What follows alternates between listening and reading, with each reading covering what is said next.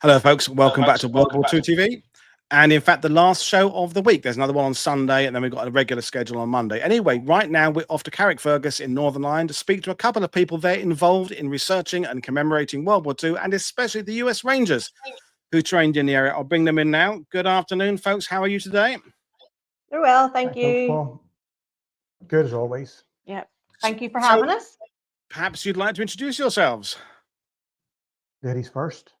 My name is Shirin Murphy, and I'm the Heritage Officer for Carrickfergus. Carrickfergus Museum is Mid and East Antrim Borough Council, and the US Rangers Museum is part of that. So that's part of my job to look after and promote the collection and the stories.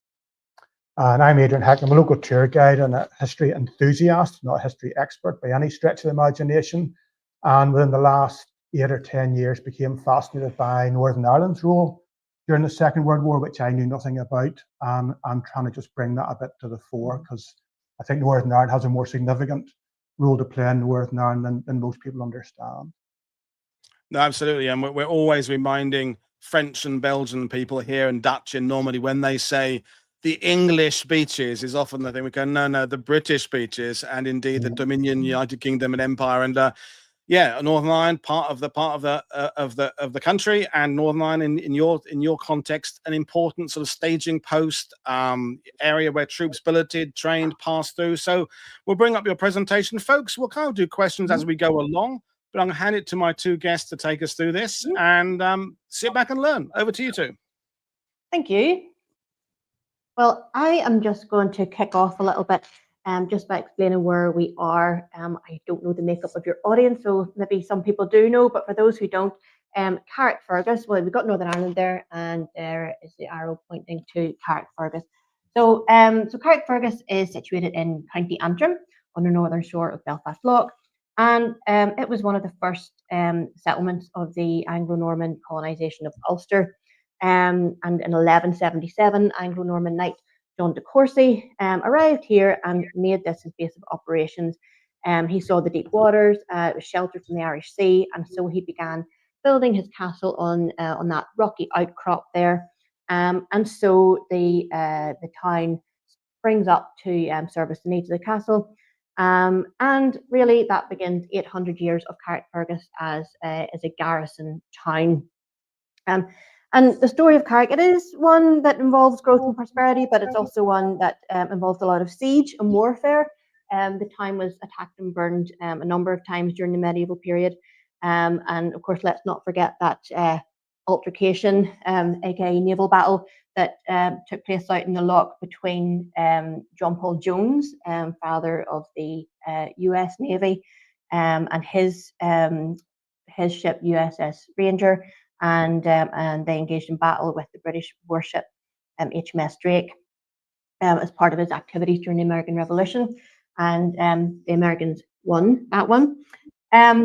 So moving on to the 20th century. So this photo is 1914, so it's the start of the First World War, and you can see soldiers entering the castle there, and that's quite a good quite rare photo of the castle, because you don't see those walls at the entrance anymore.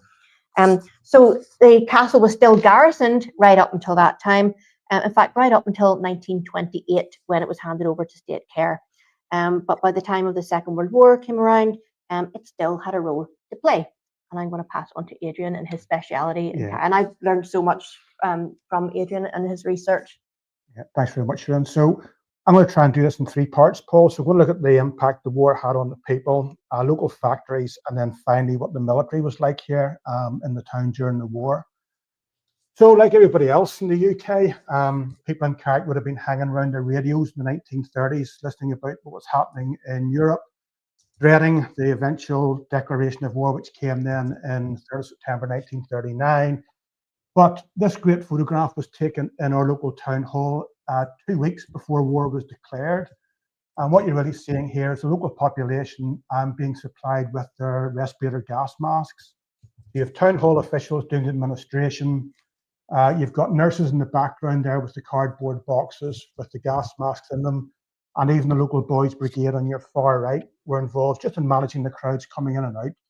Although war did arrive in September, it didn't come as a full surprise because we were being well prepared for it. But a good job we were prepared, because Carrickfergus was the first UK town to actually come under shell fire. We had a gun battery on this side of the loch and on the far side near Bangor. And a couple of days after war was declared, a merchant vessel was sailing up Belfast Loch, and it hadn't received notification that they should radio into British ports now they were at state of war. So the gun battery on the other side of the loch decided to fire a warning shot across the bows, but it skipped off the water, sailed over the town of Carrickfergus, and landed just half a mile away from the centre of the town. So we have the rare distinction of being the first town shelled during the war, but it's from our own side. During 1938, the town started preparing for air raid precautions. We recruited air raid wardens from many of the British Royal Legion, an ex-serviceman from the First World War. But like I said, the preparations were from 38 on. So war being declared in 39 really wasn't a surprise. Maybe I assumed that it had been. Like the rest of the UK, we were not exempt from restrictions around rationing of clothing, food, fuel, travel restrictions, travel permits. These are from the museum collection here in Carrick. We had the same restrictions that the rest of the UK had, even though we still had the land border with the Republic of Ireland, which is another separate story when it comes to smuggling, but you could do an entire hour on that. And like elsewhere in the UK, Paul, women stepped forward and volunteered in a huge range of roles. So by way of background, Northern Ireland never introduced conscription for men or women during the war because of our unique political situation, which is off topic. I'll not come back to that again. But it basically meant that men and women who wanted to take part in military service had to volunteer. So even the auxiliary territorial service there, which you see the very first one, would have been purely volunteers. But we still had our women's voluntary service, we had the Women's Land Army and so on.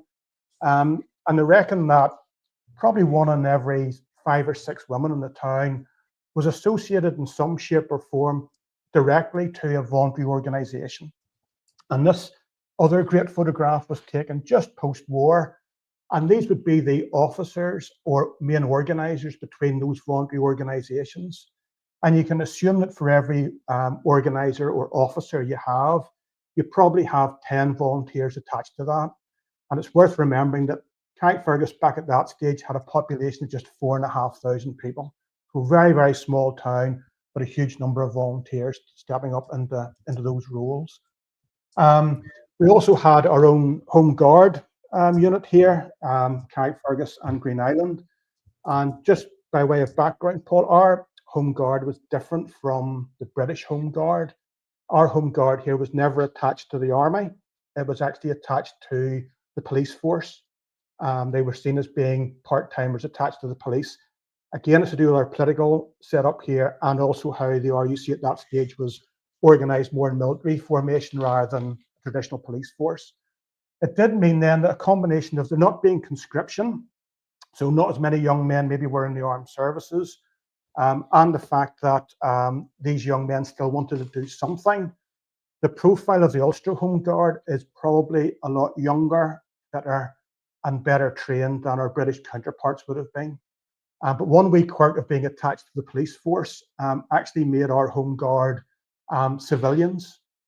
So in the event of war, a civilian who takes up arms against an invading force can be shot as a collaborator, as happened to the resistance in the mainland.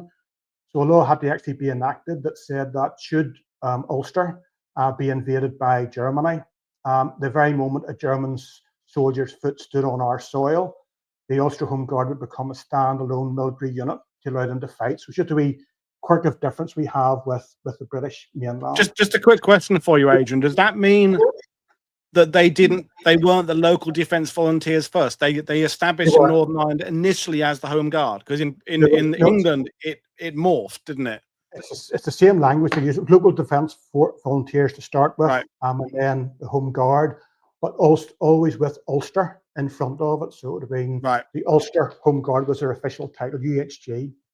Thank you. Distinguishing the British one. But like I said, yeah, definitely attached to the police force.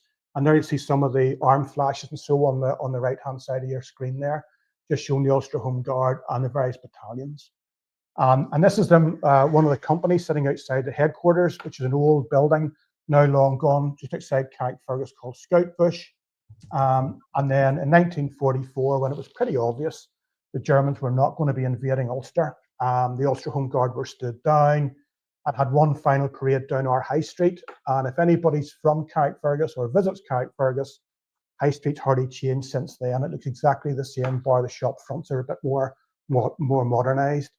You can see the size of the Ulster Home Guard unit there. It stretches right down High Street and round the corner. And they reckon at any one given time, there would have been between 300 and 450 men attached to the Carrickfergus Green Island Home Guard Battalion. So that's really how people were impacted, but we had a series of factories around the town, like every other town would have had. A lot of them would have done basic stuff like uniforms, and webbing is another one that got involved in. But there's two hugely significant ones here in Carrickfergus, which were, I'm not saying unique, but very, very unusual. And the first one was actually a tank factory operated by Harland and Wolff. So Harland and Wolff were famous for building ships like the Titanic, but obviously when you're into shipbuilding, you can do heavy engineering. Tanks are heavy engineering. So when it came to the 1930s, Harland and Wolff wanted to get involved in that money spinner and were successful in winning contracts for the British Army. These photographs are, the top two are taken at Harland and Wolff's site in Belfast. On the left-hand side, it's the assembly line for A9 cruisers. I think the Army committed to 125 A9 cruisers. And of those 125, 75 were built in Belfast. And on the right-hand side is photographs of Matilda IIs and Churchill tanks being assembled in 1941 outside shipyard premises. Unfortunately, though, Belfast was very heavily bombed in the spring of 1941, the Belfast Blitz. The city was virtually destroyed. Round about half the housing stock was damaged. We had around about 1,000 people killed, 2,500 people seriously injured, and 100,000 made at least temporarily homeless. Roughly half the housing stock in Belfast was actually destroyed or severely damaged. And amongst that damage was Harland and Wolff's tank factory. But not wanting to miss out on continuing building tanks, he identified in Carrickfergus, where that arrow is, a bit of concrete base, which used to be an old salt factory. And within 6 weeks, they had converted that concrete base into a temporary tank factory, using those tin-domed buildings similar to aircraft hangars. So if you're from Carrickfergus again, bottom left of the screen is Clipperstown Train Halt. If you're not from Carrickfergus, don't worry. Come over and visit us someday and I'll show you exactly where it is.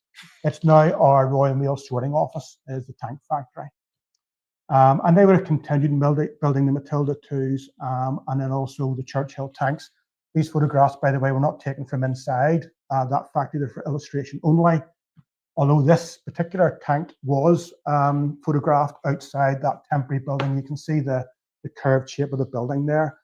And this was a variant of a Centaur tank. By all accounts, it was the ones used on D-Day with howitzers on the front rather than cannons, and were able to fire from inside landing craft and from the beaches up onto the cliff edges.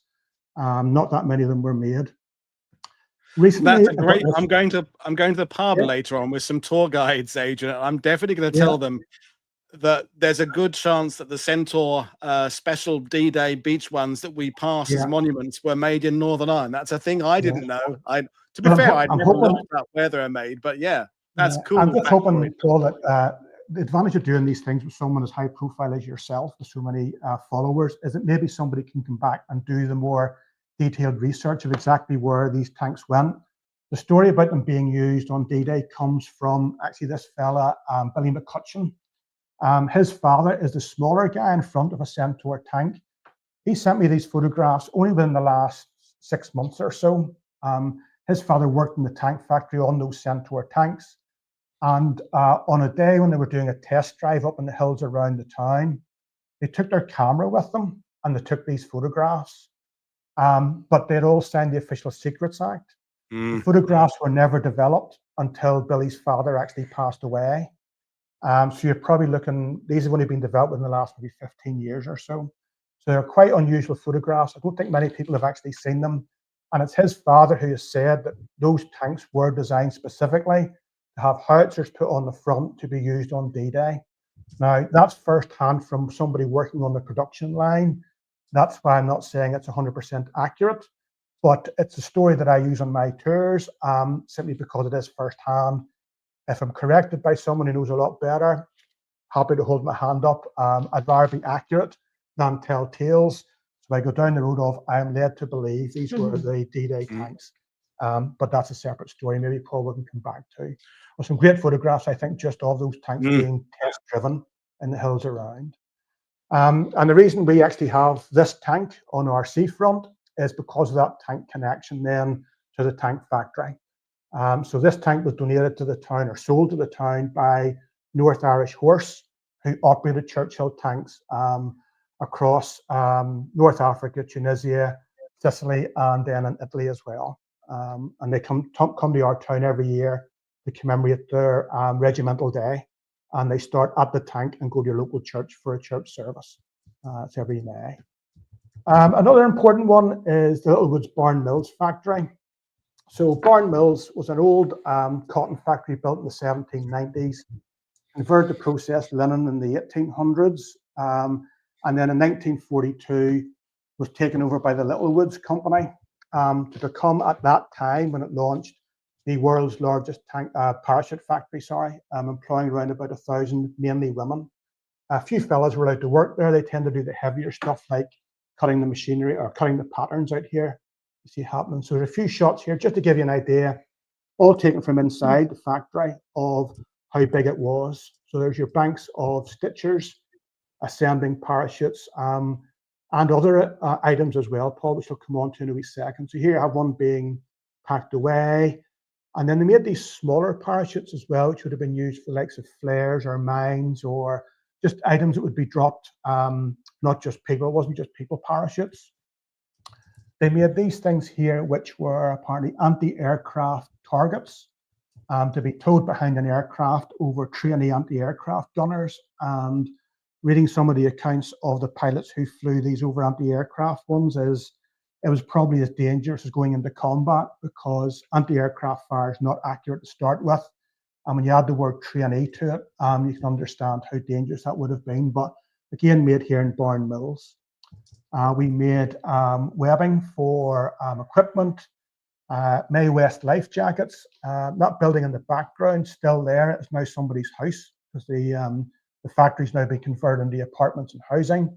You can actually stand right where she's standing at the minute because bottom right, in the bottom of below the windowsill, there's a scar you can see on the stone. That's still there, so I can take people there and they can wear their replica May West jacket if they so wish. And we also made these, Paul. So again, it's a D-Day connection.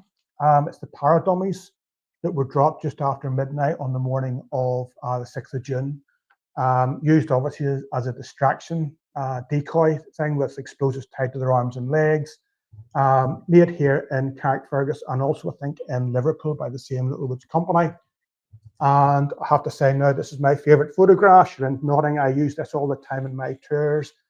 The reason it's my favourite photograph is the very pretty young woman at the very front is my mother-in-law, who passed away 14 years ago. We knew she'd worked in the factory because it's where she met her husband. But any conversation I ever had with her about working there was, okay, I was just a stitcher.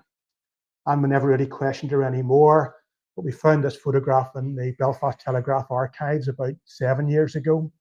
And I just wish, with the benefit of hindsight, I'd had that photograph and asked her exactly what she thought she was making there, because by all accounts, the women weren't sure what it was they were making. They were told it was little men, possibly for target practice. Post-war, when they were told that there was indeed explosives attached to them, one elderly woman who worked on them actually got very upset because she believed then they were used as bombs to kill people. And nobody was able to correct her to say, actually, they saved lives because they were distraction things. So God bless Mary. But I hope where she is now, she's looking down and understands now the significance of what she was working on. I just had to put the comment up from Bomber Commander Story. No, Irish and Scouts. No wonder the Germans were mad when they landed.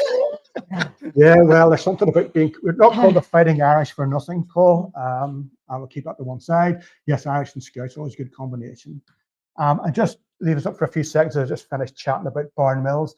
That's the items taken from their bills, the bill payments to the Department of War, or Ministry of War. You'll see at the bottom left there, it talks about 30,000 little men, and I put paradummies in brackets just so people know what I'm talking about. The official request for the works referred to 30,000 little men, obviously because they were still top secret.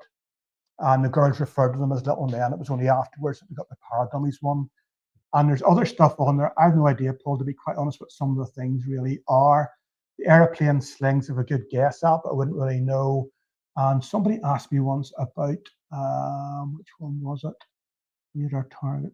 Glowworm parachutes. So if anybody can tell you what a glowworm parachute is compared to another parachute, drop it in the chat, give Paul a shout, follow me, whatever. I'm always interested to find out more. Whatever it is, they made 32,000. They had a lot of them. Whether they were used or not is another matter. But over 3 million individual items made between 1942 and early 1945. So that's probably our most significant factory here in Carrick. A little bit about the military then. So Shirin mentioned about the town being demilitarized in 1928, having had a castle and a garrison town here since 1177. And this is a photograph of the town taken round about the time of demilitarization. I've added that little white dotted line because it looks like there's a natural boundary there to the town's extent. That's our railway line, and it did indeed provide to be the boundary between the town and the country. The entire population of Carrick, 4,500, almost entirely would have lived in the piece between the railway line and the seafront. And just beyond the railway line, I'll zoom in a little bit around that box. That is the remnants of the British Army camp known as Sunnylands Camp, because the lands around it belonged to people who owned Sunnylands House, which is just to the right there. So that was a World War I camp. By 1928 then, it's obviously demilitarized. The buildings on it are sold off to local farmers for hay sheds and put cattle in and so on. But the concrete bases remained and some of the laneways remained. It was used by the Boy Scouts of Ireland from 1928 to about 1936 for their annual jamboree, simply because you had a train which would bring you right to the site, and then the bases were an easy place to put camp up. But in 1939 then, war is declared. The local council writes to the War Ministry and says, that land you used during the First World War is still there. If you want to reactivate it as an army camp, the British Army writes back and says, I'm sorry, it doesn't meet our requirements. Our standards are so much higher than what you can offer. 1940, British Army gets kicked out of France. They then write back to the Carrick Council and says, our standards have now dropped slightly because we needed a big army very quickly. Can we have the land back? And they reinstigate then Sunnylands Camp in 1940, with the Leicestershire Regiment being the one stationed there. Just outside the town, about half a mile north, there's another camp activated called Prospect. And in that, we have the Royal Berkshire Regiment stationed there from round about late 1940 and right up until 1942, when the British regiments really are getting ready for Africa. That's where the majority of those regiments would end up going. So we're very fortunate. We know exactly the date that the Sunnylands camp became an American one because of all things to photograph. A photographer took these images of the British Army cooks presenting their equipment and showing them how to use them to their American equivalents in February 1942. So it's a wee bit of a backstory. When the Americans are drawn into the Second World War in 1941, they know they're going to end up in the European theatre of operations, and they send troops over to the UK. And the first really place that they settle is indeed Belfast. The first American troops to formally arrive in numbers come to Belfast the 26th of January 1942. And within a fortnight, we have the 63rd Signals arriving here in Carrickfergus and being shown how to make tea and coffee. This is them out on parade fairly shortly afterwards. Grainy photograph, but you can guess what the weather was like even from that. One of the guys apparently does write back to his family to say, arrived safely in Ireland. He didn't understand what Northern Ireland was, by the way, so they all refer to it as Ireland. Quaint wee town called Carrickfergus. Our official camp is Sunnylands, but it must have been named in irony because it's never sunny here at all. But they were also invited back to our lovely town hall for this dinner dance. So it's the same regiment here, the 63rd Signals, in our town hall, having a dance with some auxiliary territorial service gals and some locals, but only officers would be allowed because they had to be perfect gentlemen, of course.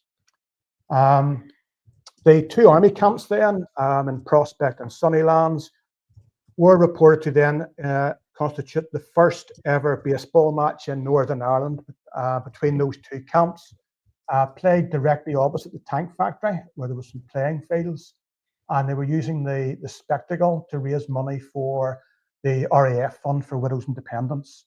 They reckon there were about 1,000 local people turned up and paid a couple of pence each to watch this.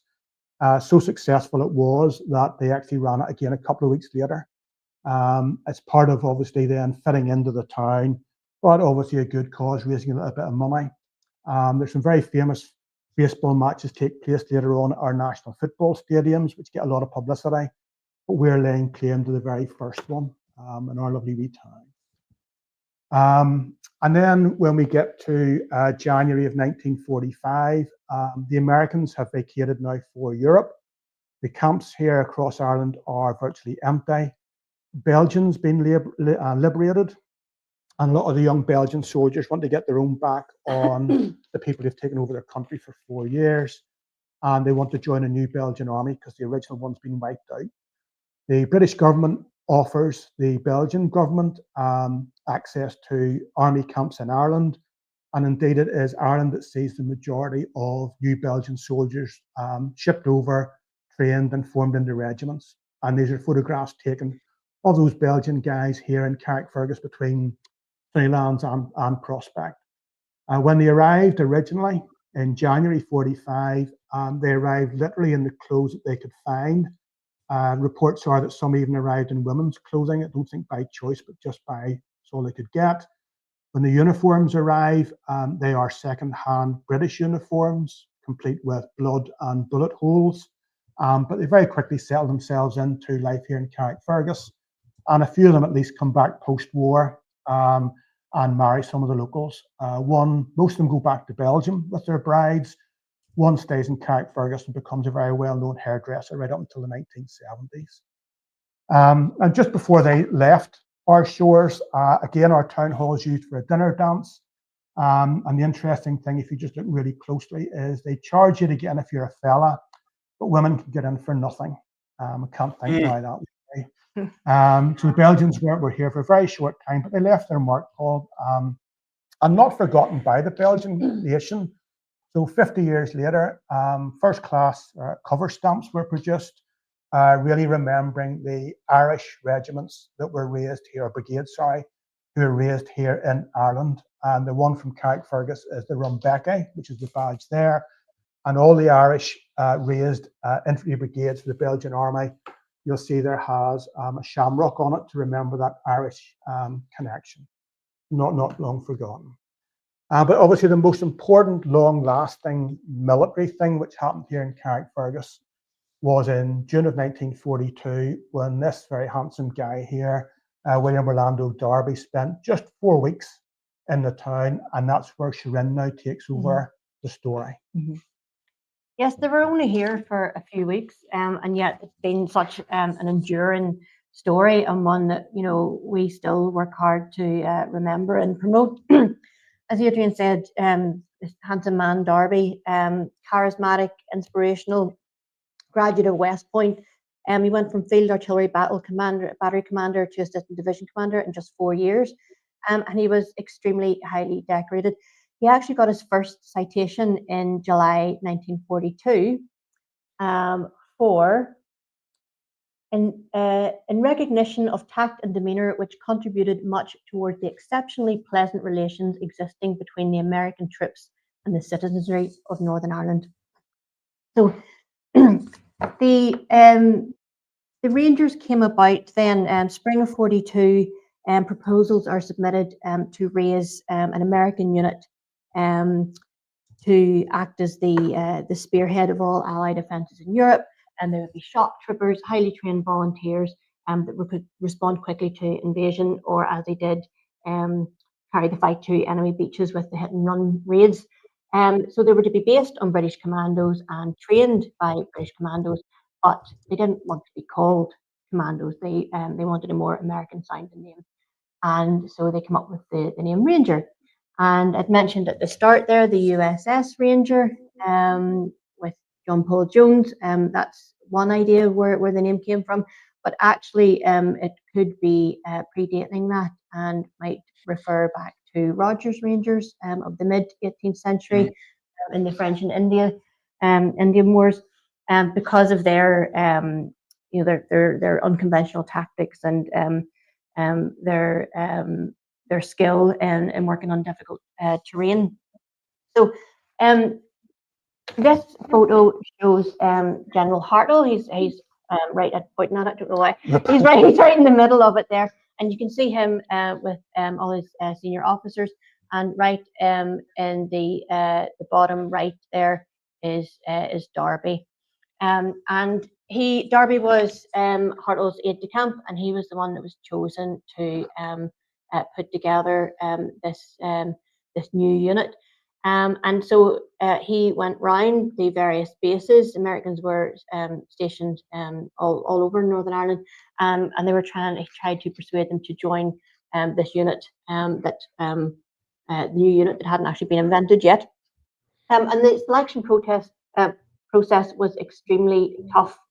It's thought about 2,000 men tried out, and it was just constant 5-mile hikes with full packs, marching, drilling, and every day you would have new volunteers arriving, and you would have rows of men waiting to be transported back to their units. And I think it's better to use some of the quotes. Adrian, you mentioned one there, but there's a few other ones that always tickle me when I read them. So this one is from Thomas L. Ryan. He says, "I vividly remember a tree-covered hill, seemed like a mountain, maybe to the southeast of our camp, and they ran us up and down daily, in addition to many more rigorous activities such as boxing, wind sprints, close order drill, and later to learn unarmed combat." Ryan was later captured at Cisterna. Wayne Riona, he was one of the volunteers that returned in '92. When I get to that later, he says, "We were transported to Carrickfergus by ferries to the Sunnylands campsite. There we went through rigorous interrogation, and after that came the physical endurance testing. There were many volunteers that fell by the wayside, and we went at one speed march up and down that high hill to the west of Sunnyland camp after another. I cussed that hill more than once, and it never helped me out with becoming less steep. However, the rigors for physical training did not keep me from taking short jaunts into the town to visit with the friendly people of Carrickfergus." Walter Wolf, in his diary, he writes, "We were driven by bus to Sunnylands camp, Carrickfergus. There we were given a meal by the English. It was the beginning of a starvation diet of limey rations that lasted for 6 weeks until the American rations finally arrived." Carl Lehman discusses the harsh regime and how the punishment was severe. So for anyone who was a no-show, the entire platoon was punished, but for a second offence, you were RTU'd, returned to unit. And here, this is one of our favourite pictures of Derby. This is in Scotland, and you had pointed out, Adrian, that he doesn't. The uniform, the helmet's different. They haven't got their... Yeah, they've still got the Brodie helmets there. They haven't got their more modern looking equipment. So we know it's quite early in their time in Scotland. Yeah. That was the selection process, and they went... and this is examples of the training. Now, these photographs that I'm showing you is the bayonet training. You've got these log drills. What did you call that? I refer to it as a leap of faith. Paul. I'm not sure what the official title is, No, but by every all time I hear accounts, commandos, when they went, British commandos would have been told to climb up the back of that rack and drop down the other side. When the Rangers went over, the instructors didn't like these Americans taking up valuable British training time as they saw it. So they just changed one word in the instruction, which was, you boys climb up the back of that and jump down the side. So they actually stood, as you can see there, jumped off the top bar. Yeah, what a photo. And it's only after all the Rangers, including Darby and all the officers, by the way, completed that exercise without questioning, that the relationship between the instructors and the Rangers changed into something a lot more positive. So I refer to it as a leap of faith, but I'm sure there's a better title for it, Paul. But I hope that's a nice wet puddle at the bottom, because Yeah, otherwise it's going to be a very hard landing. Maybe that broke the fall. So these photos are from the Achnacarry training camp, but just to give you an idea of the activities that they were involved in. And the youngest was 17 and the oldest was 35. And the original battalion had 6 line companies, with the 3rd and 4th being formed out of the 1st, and eventually they become 2,000 men.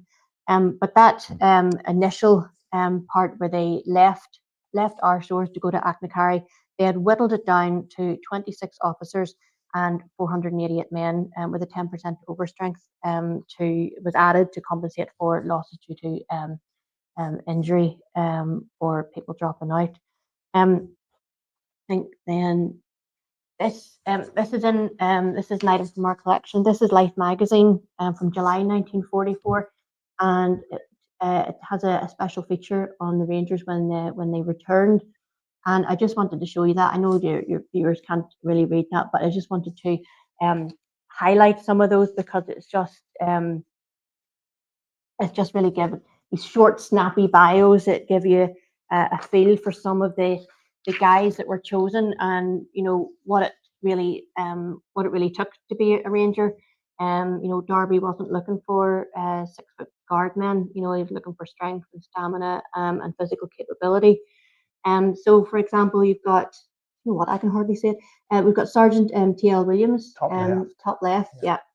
So it says he's a dispatch rider. It's just the thrill of risking your neck. Nicknamed Wild Willie because he always drove fast, even back in Kentucky with his Ford. You're one step ahead of us, Mayor. He's just enthusiastic. He's just enthusiastic. No, what did he say? Was he talking about Anthony Rada? Yes, that was my next. Yes.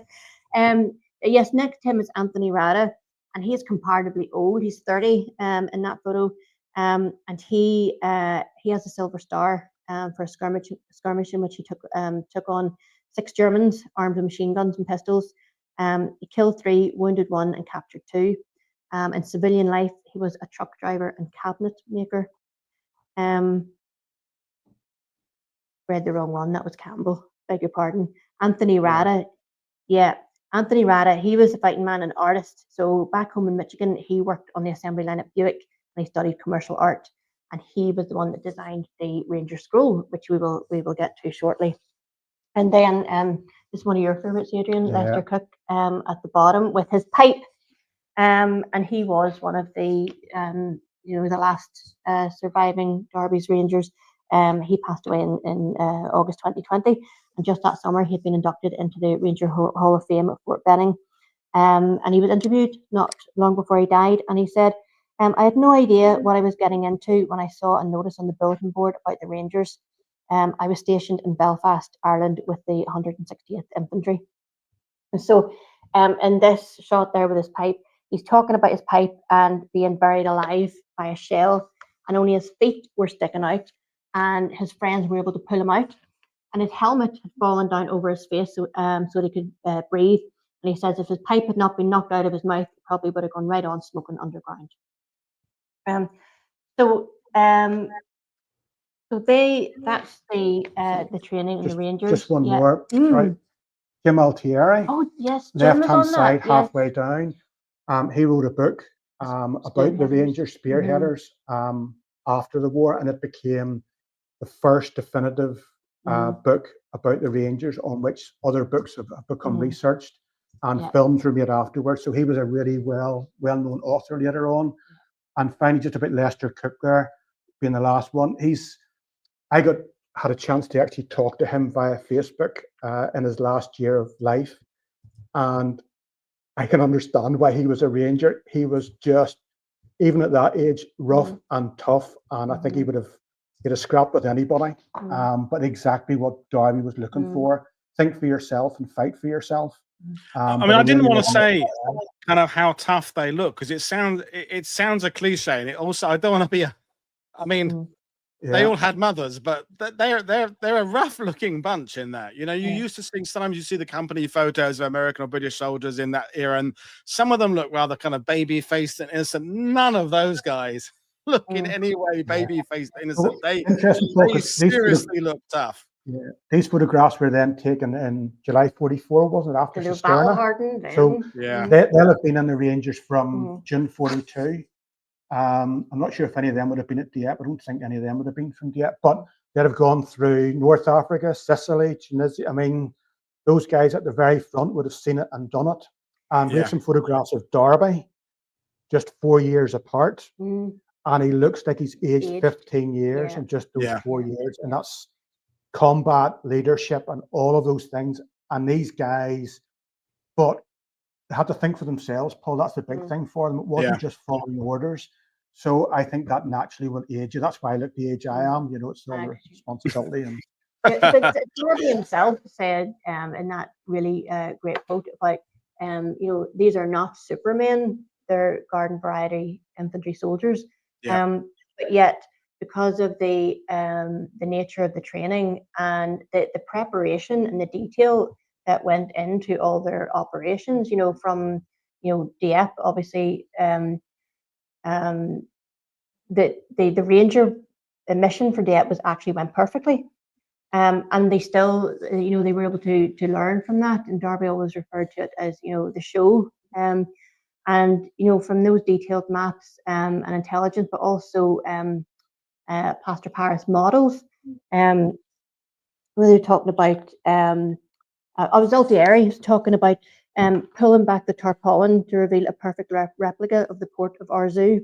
And they're just being briefed again and again, and each man would know his exact role. And just on Altieri again, you know, that his work is a key source, and we actually have his original manuscript in the collection as well. Did you know that? Yes, it is. I have a copy. Not the original manuscript. Not the original.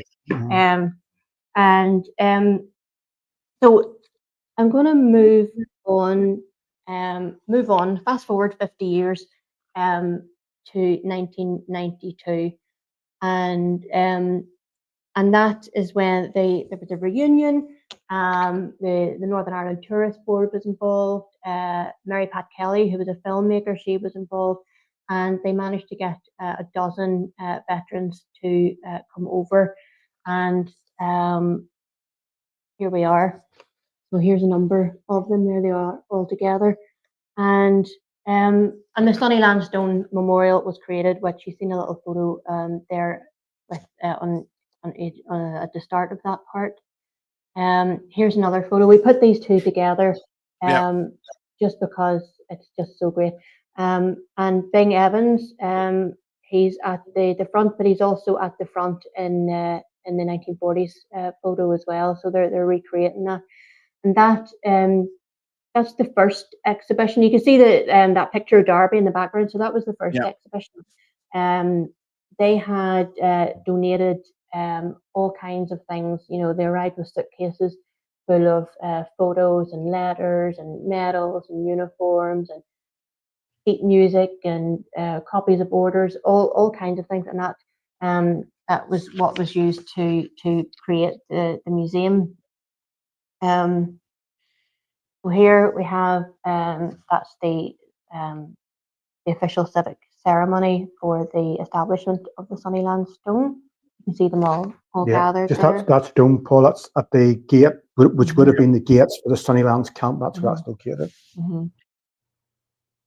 And the museum itself. So when I joined the council here in December 13, and I look around the museum, and I could see it was really object rich, but there wasn't a lot of interpretation. And it was really, I just thought, well, for 2017, that'll be the 75th anniversary, and we'll work on a refurbishment of the museum.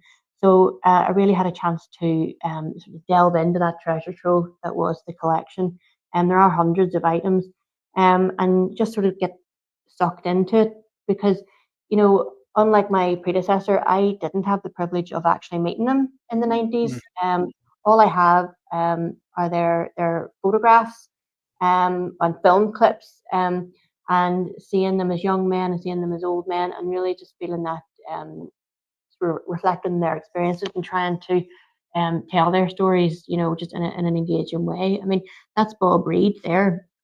Bob Reed, he was an army medic from Canandaigua in New York, and yeah, I almost feel like I know him because I've watched the film so many times. But he came over again in '94 and officially opened the museum where we're sitting now, the original museum. And then we have Roy Murray.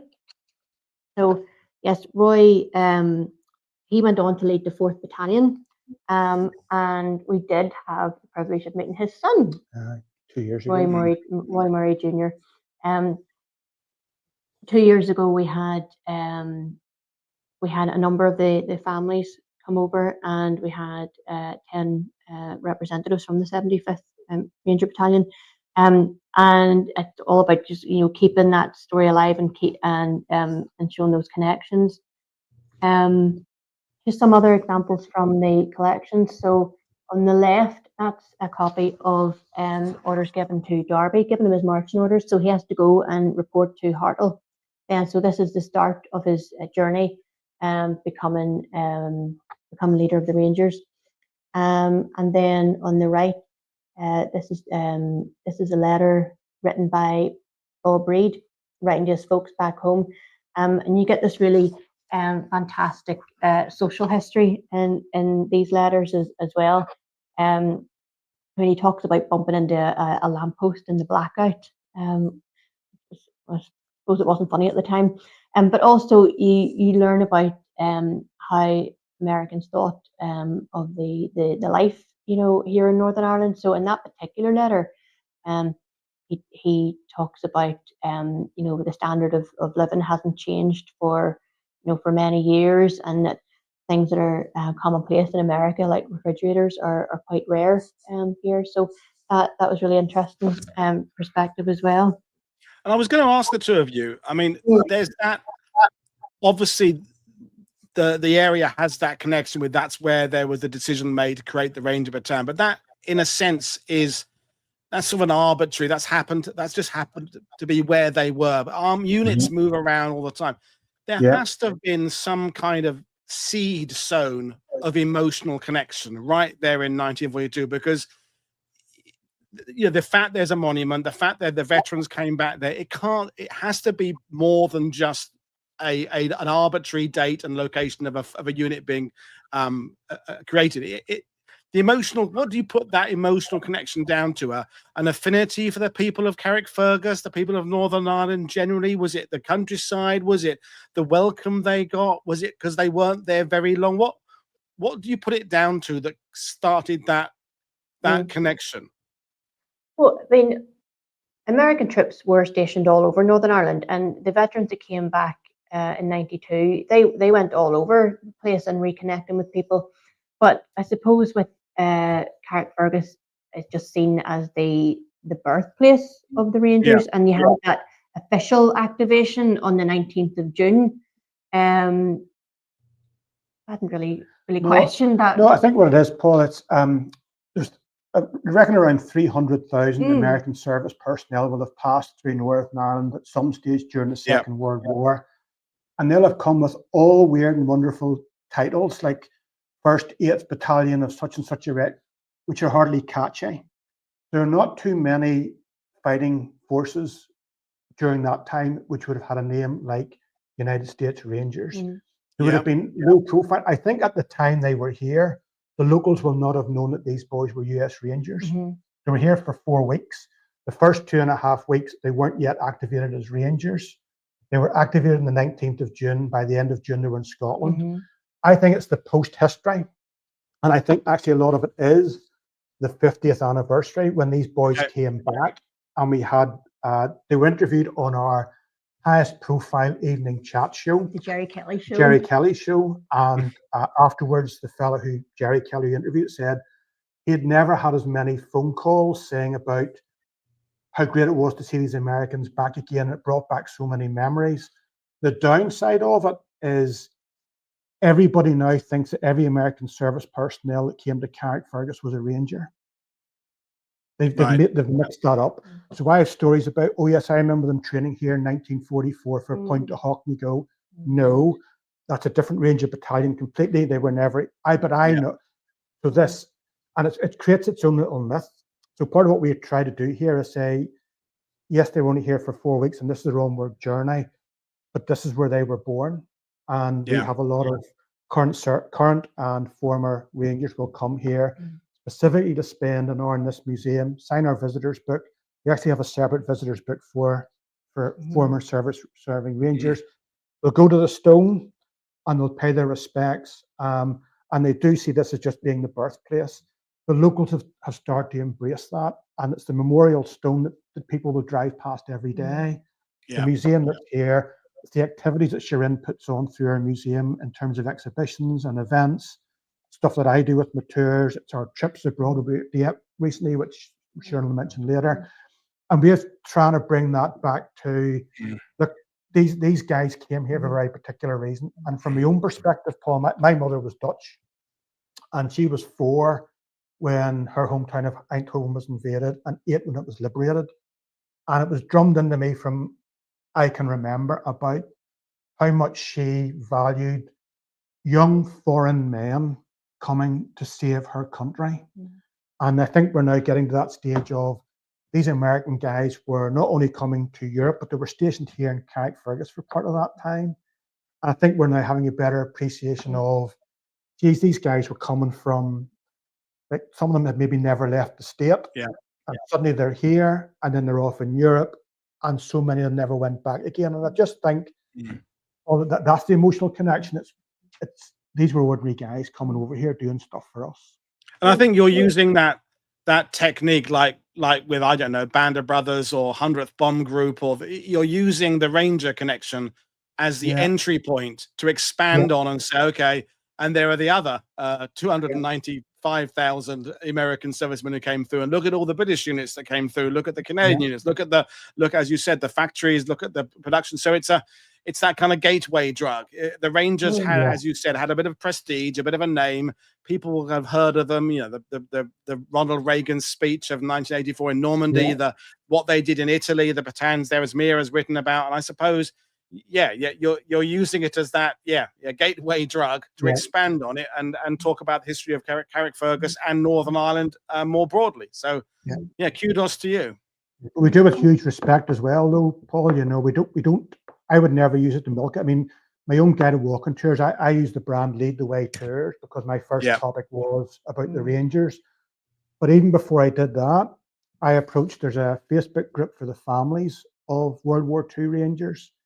And I asked them, first of all, if I use that as my brand, how would that be viewed? And I waited for a firm response of, if you're keeping our boys' lives to the forefront, absolutely. So I did it with the position of respect. I would never, we never use it to milk it, but you're right, it is the hook.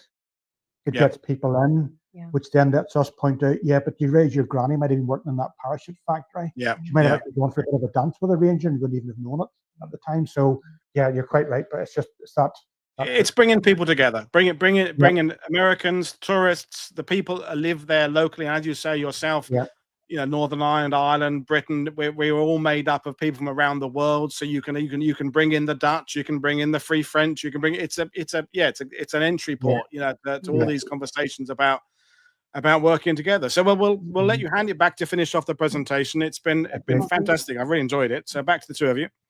Okay. Okay. These are the 2 of the Ranger scrolls that we have on display. We have a number of them, and you can see the differences. These are the early scrolls. So this is when Anthony Rada had designed these. So these were made on site in situ. So this is why they have a lack of uniformity. That then obviously becomes the norm later on. But it's really nice to have these really early ones. This is actually what the museum looked like from 1994 up until 2017. And like it was popular, but as I say, there wasn't a lot of there wasn't really a lot of interpretation around, and that's actually that picture at the front. That's Milburn Henke arriving. He's supposed to be he's credited with being the first US soldier to set foot in Northern Ireland on the 26th of January. So that's an image commemorating that. And so yeah, we gutted it and reinterpreted the collection in a new way. We did add to the collection. We have been actively collecting. I haven't got onto Mir yet. I know he's listening. I know he's watching. He helped us out a lot with that. He was. We were thinking actually recently about how we got in touch with him, and it was through another former ranger. So he was. He acted as a sort of a consultant in the background, but he was also really helpful in helping to acquire things for the collection, like a trench flask that was inscribed with 1st Battalion US Rangers, and it was made in Sunnylands Camp. And we also have as you said there, the original manuscript of Spearheaders came through Mir as well. And this is what it looks like today. This is where we're sitting. You can see the mannequins behind us.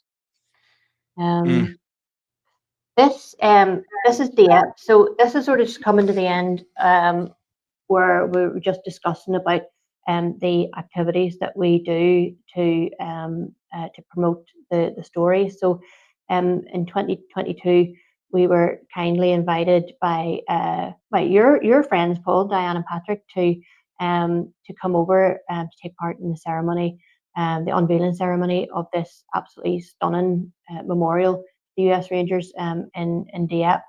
So Adrian and I had the honour and privilege of going with our deputy mayor, which you can see her in the photograph there. She sadly passed away earlier this year, and that was just a phenomenal experience to be connected there and to stand on the beaches. There's some great photos of you on the beach.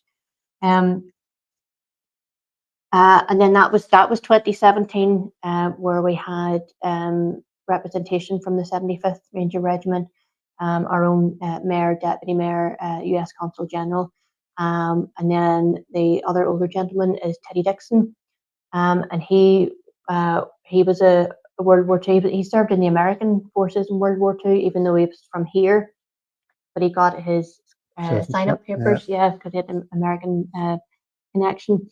And he's passed too, unfortunately, since then. But he was a great supporter of the work that we did as well. Is that the end? Oh, that is the end. That's the end of our slides, anyway. Yeah. So it's just Paul again. It's making those connections. We've got a chance to meet Mir at that same 2022 event. Yes. It was over a bite to eat, which Mir paid for. Thank you very much, Mir.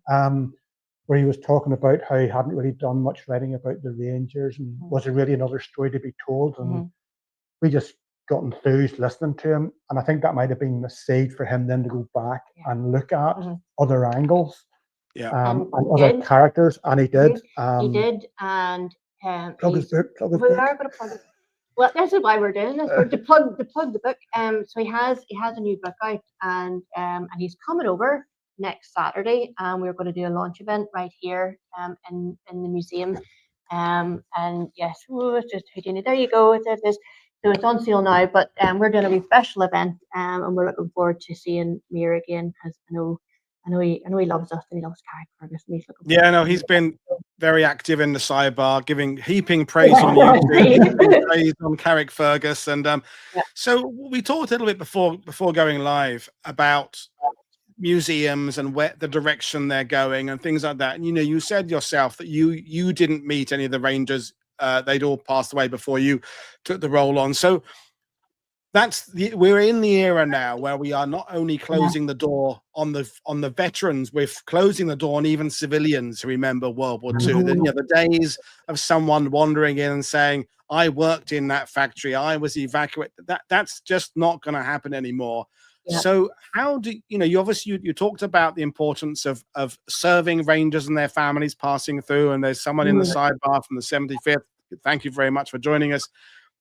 But what are the challenges to make World War II relevant for young families of people from Belfast, from Ulster, from coming across the border from Dublin to try and understand World War II and make it relevant when they maybe haven't got family members who fought, they don't have that personal connection? What are your challenges?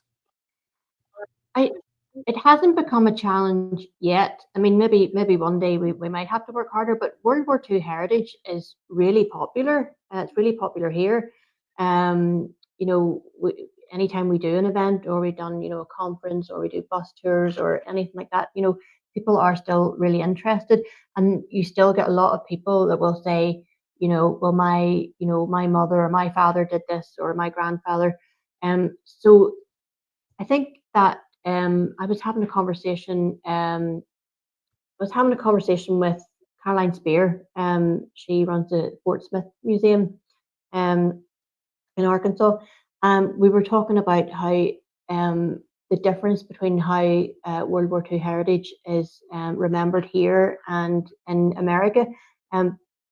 Although obviously Americans, was very much involved in the war, but for the people at home, it doesn't stick as much. Whereas here, we're surrounded by it. I think that was what she was trying to say, that for us, for here, we are still surrounded by it, and we're still it's still very much not exactly in living memory, but by extension. So we don't have trouble selling it, and it's still it's a topic at school as well. So children are still learning about it. So I mean, I think certainly this is a last chance to record any personal memories. That time is passing now, but I think that I think we're doing okay. We're meeting the challenge at the minute. I think as well, Paul. I mean, the generational thing comes into it as well, because there are people now, and it's grandparents are passing away, and they're finding stuff in a box somewhere. Those old stories about what do these medals actually mean, and that sets them off in a rabbit hole. And I just think we've got to that stage now that it's not living memory, but it's still family memories, and you want to remember these people, and you want to do a little bit more research, and they want to come on to museums to do that. Plus, people like yourself, Paul, putting these programs out, the documentaries that are out there, the movies that are coming out there.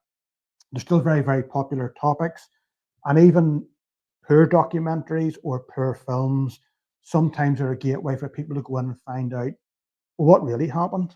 Yeah. If my dad or my granddad or my great granddad was there, what might he have been doing? And you can't rely on the movies. And I'll be honest with you, Paul, I came across your channel through doing research about Dieppe and coming across the David O'Keefe series you had, 3 separate episodes, I think. And that completely reframed my opinion about Dieppe, and it became a passion of mine as well. And it was that little snippet that I believed it was happening is now wrong.